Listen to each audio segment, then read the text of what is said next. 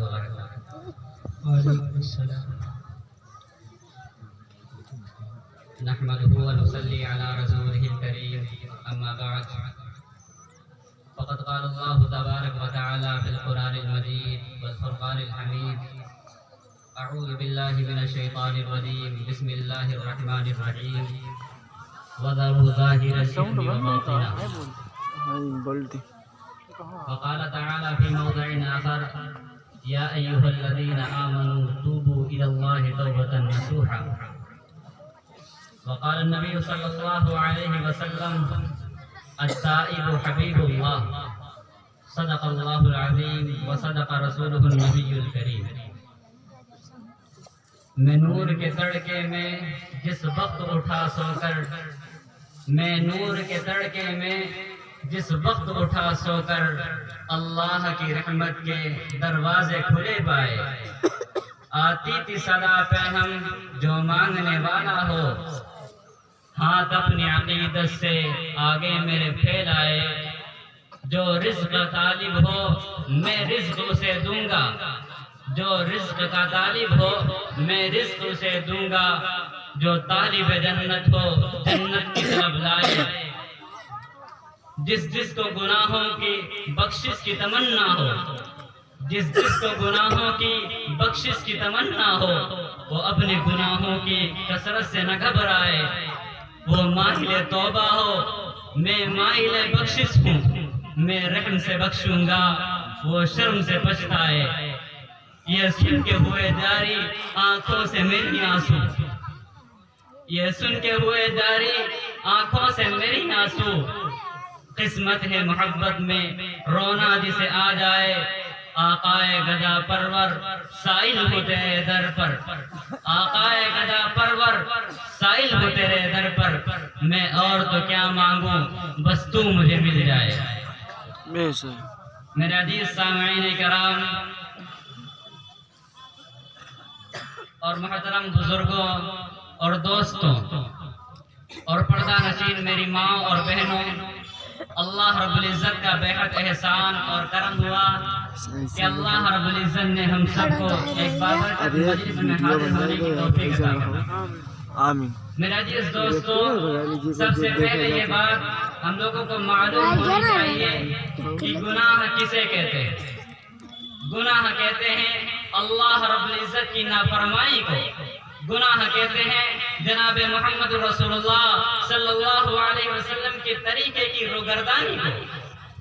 اب گناہ دو طریقے کے ہوتے ہیں، ایک گناہ ہوتا ہے ظاہری اور ایک گناہ ہوتا ہے باطنی.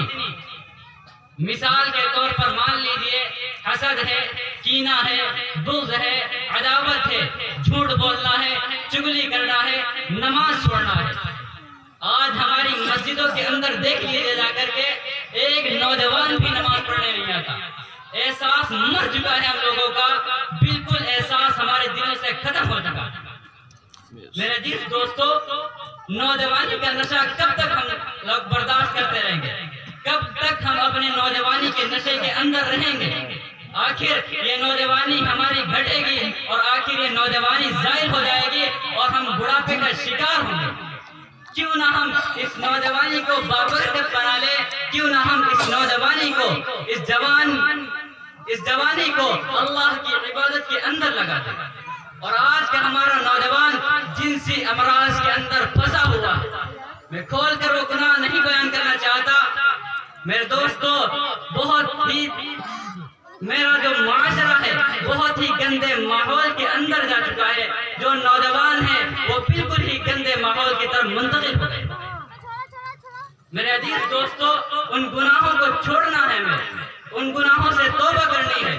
اور ان گناہوں میں آتا ہے بے پردگی، جو آج ہماری ماں اور بہنوں سے نکل چکی ہے اور بے پردگی آ چکی ہے ہماری ماں اور بہنوں کے اندر. میرے عزیز ماں اور بہنوں، تم بیٹیاں تھی حضرت فاطمہ رضی اللہ تعالی عنہا کی، تم بیٹیاں تھی حضرت خدیجہ رضی اللہ تعالی عنہا کی، تم بیٹیاں تھی حضرت ام کلثوم کی، تم بیٹیاں تھی حضرت سمیہ کی. دیکھو حضرت فاطمہ رضی اللہ تعالی عنہا کو کہ ان کے ننگے سر کو کبھی آسمان کے سورج نے نہیں دیکھا. آج ہماری مائیں اور بہنیں ہیں کہ ان کے کے سر کو سارا گاؤں دیکھتا ہے۔ میرے عزیز ماؤں بہنوں، ذرا سوچو اور اپنے دل کے اندر احساس کرو اور ان گناہوں سے توبہ کرو۔ علامہ قیم رحمۃ اللہ علیہ کہا کرتے تھے کہ یہ نہ دیکھنا کہ گناہ چھوٹا ہے یا بڑا، گناہ چھوٹا ہے یا بڑا ہے، بلکہ یہ دیکھنا کہ ہم کس کی نافرمانی کرنے والے ہیں۔ ہم کس کی نافرمانی کرنے والے ہیں؟ ہم سارے بادشاہوں کے بادشاہ کی نافرمانی کرنے والے ہیں۔ میرے عزیز نوجوانوں، وہ سارے گناہوں کو چھوڑ دو اور آج کی مجلس میں توبہ کر لو۔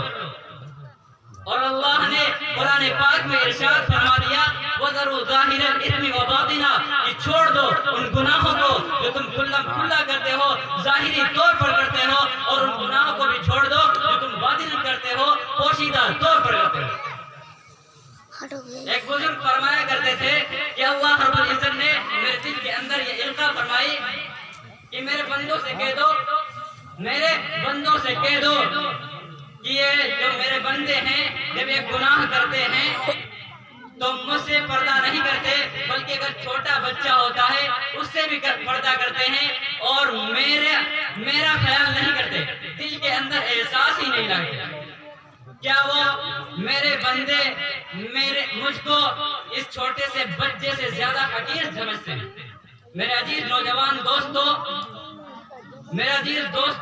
ذرا غور کرو اپنی زندگی پر کہ ہماری زندگی کتنے گناہوں میں گزر رہی ہے، اور یاد رکھو آج کی مجلس میں توبہ کر لو، اللہ سے تہیہ کر لو۔ اللہ اتنا غفور رحیم ہے، اتنا معاف کرنے والا ہے، اتنا معاف کرنے والا ہے کہ 70 ماہ سے زیادہ اس کی محبت ہم لوگوں کو۔ ایک سچا واقعہ میں سناتا ہوں۔ ایک نوجوان رہتا تھا اور اس کے بوڑھے والدین تھے، چنانچہ بوڑھے والدین نے اس کی شادی کر دی۔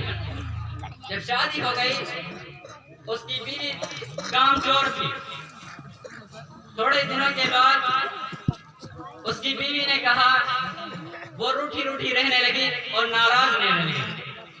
اس نوجوان نے پوچھا کہ کیا ماجرا ہے، آپ روٹھی کیوں رہتی ہیں، ناراض کیوں رہتی ہیں، آخر آپ یہ بتائیے کیا ماجرا ہے، کیا کوئی بیماری لاحق ہو گئی ہے؟ تو کہا نہیں، بیماری نہیں، بلکہ میں تمہارے بوڑھے والدین کو کھانا پکا کر دیتی ہوں اور اتنے عرصے سے پکا کر دیتی رہی ہوں، اب میں ان بوڑھوں کو کھانا نہیں دے سکتی، یا پھر تم میرے ساتھ رہو یا پھر مجھے طلاق دے دو، میں اپنے گھر چلی جاؤں گی، وہیں پر گزر بسر کروں گی۔ چنانچہ وہ نوجوان محبت میں گرفتار تھا، اس نے کہا ٹھیک ہے، میں اپنے بوڑھے ماں باپ کو چھوڑنے کے لیے تیار ہوں اور میں تمہارے ساتھ سسرال میں اپنا وقت گزار لوں گا۔ چنانچہ وہ نوجوان اپنے بوڑھے ماں باپ کو چھوڑ کر کے دوسرے شہر میں منتقل ہو گیا۔ جب وہ وہاں پر رہتا رہا، آخر میں اس کی جاب سعودی عرب میں لگ گئی، اچھی جاب تھی، اس نے خوب کمایا اور وہ کمائی اپنی بیوی کو دیتا رہا اور اپنے بوڑھے والدین کو بالکل اس نے بھولا دیا۔ 12 سال اسے گزر چکے تھے۔ ایک مرتبہ وہ حج کر رہا تھا، طواف کر رہا تھا خانہ کعبہ کا۔ جب خانہ کعبہ کا طواف کر رہا تھا تو اس کے ساتھ ایک بزرگ بھی طواف کر رہے تھے، اور وہ کہنے لگا کہ حضرت مجھے ایک بات سمجھ میں نہیں آئی کہ میں 12 حج کر چکا ہوں اور سینکڑوں عمرے کر چکا ہوں، میرا دل کالا کا کالا ہی ہے، میری طبیعت عبادت کی طرف مائل ہی نہیں ہوتی ہے، پتہ نہیں کیا ہو گیا ہے، میں 12 حج کر چکا ہوں اور سینکڑوں عمرے کر چکا ہوں۔ حضرت نے کہا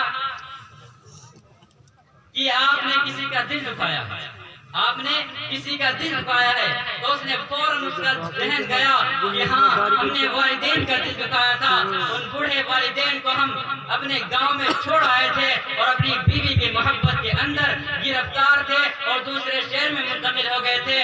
میں یہ یقین کرتا تھا کہ میں ان حجوں اور عمروں کے ذریعے اپنے اس گناہ کو زائل کر دوں گا، لیکن ان بزرگ نے کہا کہ جاؤ، اب تمہیں حج کرنے کی ضرورت نہیں ہے، عمرہ کرنے کی ضرورت نہیں ہے، بلکہ جاؤ اور اپنے بوڑھے والدین سے معافی مانگو جا کر کے، اور ان سے معافی مانگو، اسے دعائیں لو جا کر۔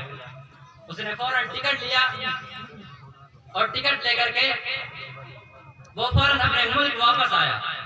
جب ملک واپس آ گیا اور اپنے والدین کے گاؤں جانے لگا، جب گاؤں میں گھسا تو ایک آدمی مل گیا اور اسے اپنے بوڑھے والدین کے بارے میں پوچھا، نام بتایا کہ یہ لوگ رہتے تھے کہ اب ہیں.